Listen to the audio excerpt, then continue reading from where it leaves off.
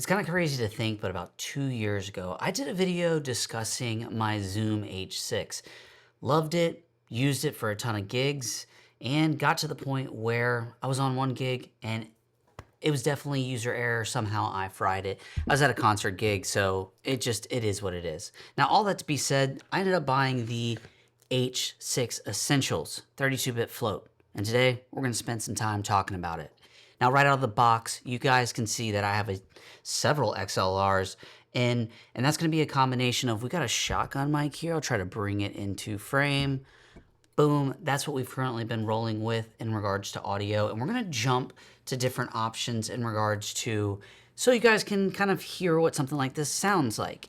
Now, one thing I really enjoy in regards to this microphone, and side note, my HC vac just kicked on, so you'll get a great glimpse at how these different microphones function in a garage with an HVAC. So back into the shotgun mic. As mentioned, it's overhead and we're rolling into input number 1. Now, if you are wondering how this whole setup is powered, we've got a V-mount battery that's running USB-C power to actually function this whole operation. I love that setup. It makes it mobile, it makes it quick, easy, and I'll show you guys some kind of different environments where I've used it to take audio from an actual event. So particularly, we've got the shotgun mic going into input number 1 with XLR power. As far as monitoring goes, I think you guys can probably see here, you can kind of see where I can just see my levels. And then if I want to go to mixer, this gives a little bit more of a different view in regards to the audio. Kind of freaks me out when you see red. Now that's for record. But when we click back on that mixer button, now I can see all my audio levels and what's going on for this particular environment. Now let's say we want to jump to, I don't know, let's give you guys podcast audio sound. And I'm going to actually hear what it sounds like through the monitor. But we are in input number 2 with the Movo podcasting mic. You guys are getting a chance to hear what it sounds like. And from the readout, yeah, with that 32-bit float, one thing I notice is I will actually go and hit, let's go into the Movo's audio, which would be input number 2. So we scrolled over on this little rollable wheel that's on the side of the actual Zoom H6. And then we'll hit the mixer button that's on the side here. And now we've unlocked access in regards to if we want to change the actual gain levels or not. Currently we're at plus 12, which might sound kind of crazy to you guys, but I'm monitoring it and we're not peaking over here on the right. Right is going to be the mix, but I can also look at the individual audio tracks as well, 1, 2, and number 4 in regards to the microphones that we're using. Of course, I'm monitoring the audio through the headphones. We have volume control, which is kind of nice as well with this particular device. Look, in a nutshell, this is exactly the same as the OG H6. It just comes with 32-bit float and it has USB power instead of it has USB-C power instead of USB. And then as far as recording, you have micro SD instead of a traditional SD card. Micro SD, I like it because it's tiny, but I will say it's kind of frustrating sometimes.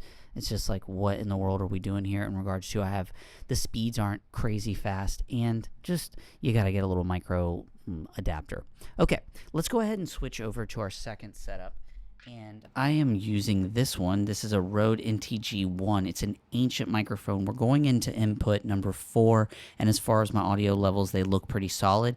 Now, this might sound weird, but I use this particular microphone setup for podcast. I shoot up podcasts that's been going on for like 2 years now, and I love using shotgun mics in regards to, believe it or not, I could use this Movo mic and it sounds fantastic when someone is like right up on it. But with these shotgun mics, I can find that someone can kind of get a little bit further away from it. As long as they're kind of talking past it, I think it works very well. And here's the thing, this microphone, whenever I put it in front of my face, it gets a little crazy in regards to, if you think about it, this kind of like dominates the face, or at least the imprint of this can be a little bit smaller, and you can kind of maybe move it to the side if you would like, maybe position it over here. But as long as you're talking past it, I love the audio that comes out of here, and it deflects quite a bit of audio from the actual person sitting across the table. Now back to the Zoom H6. You guys are kind of seeing it fully functioning. I'm trying to do my best to jump between the different microphones so you can get a kind of a taste of what that audio would be like. Now, when we actually hit this record button off, we will have currently we'll have one file, an isolated file for track number 1. We'll have an isolated file for track number 2, for track number 4, and we haven't discussed it yet, but I'm also using this mic at the very top. This is something I do not do very often, but we'll go ahead and start talking into it so you can kind of hear what it would sound like. Just wanted you guys to see how the functionality would be of this particular one. Now, comparatively speaking to my OG H6, this feels a little bit plasticky, but it is what it is. Overall, I think if you're buying this, you're just buying this to update from the old H6, which is exactly what I ended up doing. Now, when it comes to audio recording in regards to on the fly outside of a podcast or outside of a shotgun mic for an interview, let's talk about where this thing really, I think, makes me money, and that's going to be with events. I love to take this particular setup, and if I am filming an event, I will go to the AV team, basically, whether I get there at the beginning of the event or in the middle, and I'll usually say, hey guys, do you mind if I get an XLR out of your kind of speaker feed? And 99% of those guys, as long as I show up with this setup and my own XLR cable, most of the time they will accompany that. And what that means is that I can just set this to record and I will get all the speakers for that day. And then most likely if I want the footage that I shot, if I shot it in 30 frames or 60, I'll have audio on board, or even at 24 frames per second, I'll have onboard audio that I can sync up with the Zoom H6. And this really covers my ass in regards to a lot of the events I get hired for. Like, they will be speakers that they do want to feature, and particularly they want to hear what they have to say. Now, the AV team might be doing their own thing, and they might have their own backup the cameras, they might have some PTZ cameras, but it's going to be a little bit of a load to ask them for their audio and their video when I could probably have my own setup. I'm just pulling that audio from them and I'm using my video when needed. So that's one little thing that I love using this particular device for, is just capturing event audio, full run of show. Just literally when the speakers start at the beginning of the day, boom, it's recording. When we take breaks, I hit it off. But for the most part, this thing might run for like 6-7 hours. And with this particular V-mount setup, I found it to run for, golly, I want to say I did an event for 3 days straight, and I was just getting to killing this battery. And now that's turning it off when we have lunch breaks, when they maybe move into an exhibit hall, but overall, it's just great. Now for interview setups, I'll show you guys some footage where I've used it as well. I do find nowadays, because of the DJI lavaliers and just the workload and like speed, I use lavaliers a ton. But if I can get a shotgun mic into the equation, love it. But this, for the most part, in 2025 has been used as a recording device for events and then podcasts. So, is it worth the money? That's for you to determine. It's been a great bang for my buck. As mentioned earlier, my H6 kicked the can. It happens. I had it for like 4 years, so I immediately upgraded and have been nothing but happy with this. And that 32-bit float, I'm not a freaking tech guy, but in a nutshell, I have not found a situation where I have peaked my audio unless I absolutely had the gain up at some retarded level, and then it could just not combat what user error I made it actually do. So, all in all, I've been thoroughly thrilled with it. Love having the mix, love having the mic, love having 4 inputs with XLR power and the ability to run it off a USB-C.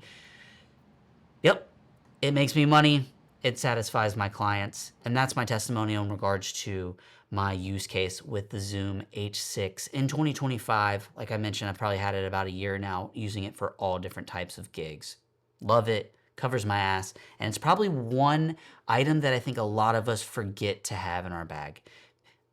And I'll give one more perfect example. Would be like, I film all these DJs mostly for fun, and getting a full run of show in regards to good audio to then seek up with the B-roll that I'm shooting of them, because like the in-house audio is just absolute ass compared to me just pulling it from the actual deck itself and then actually switching out like the DJ's actual USB mix. I can then sync the two up, switch them out, and you have flawless kind of full run of show in regards to audio. All right, that's enough. I rambled, but the H6 2025 moving forward, I definitely think if you don't have an audio recording device, you need to go ahead and implement it. I'm out.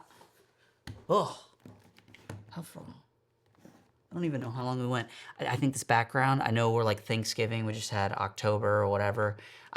I wanted to separate the orange in my, or the orange in the back and the green. I had green light in the back earlier and it just looked stupid. I looked like I was like blending into the background.